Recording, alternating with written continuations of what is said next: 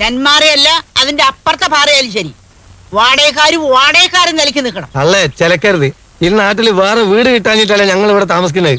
നിങ്ങളെ മോൻ വന്ന് കാല് പിടിച്ചിട്ടാ.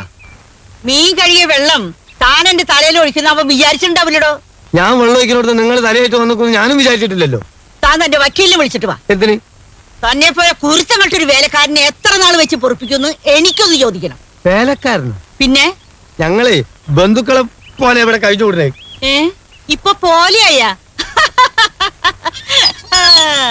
Kunhikkanna breakfast ready ആയില്ലെന്ന്. അത്ര പെട്ടെന്ന് റെഡി ആവുന്ന സാറും വ്യാമോഹിക്കണ്ട. മാനസക്ക് ബെന്നിനെ കണ്ടേ ഒക്കൂ അല്ലേ? I'll be grateful to you.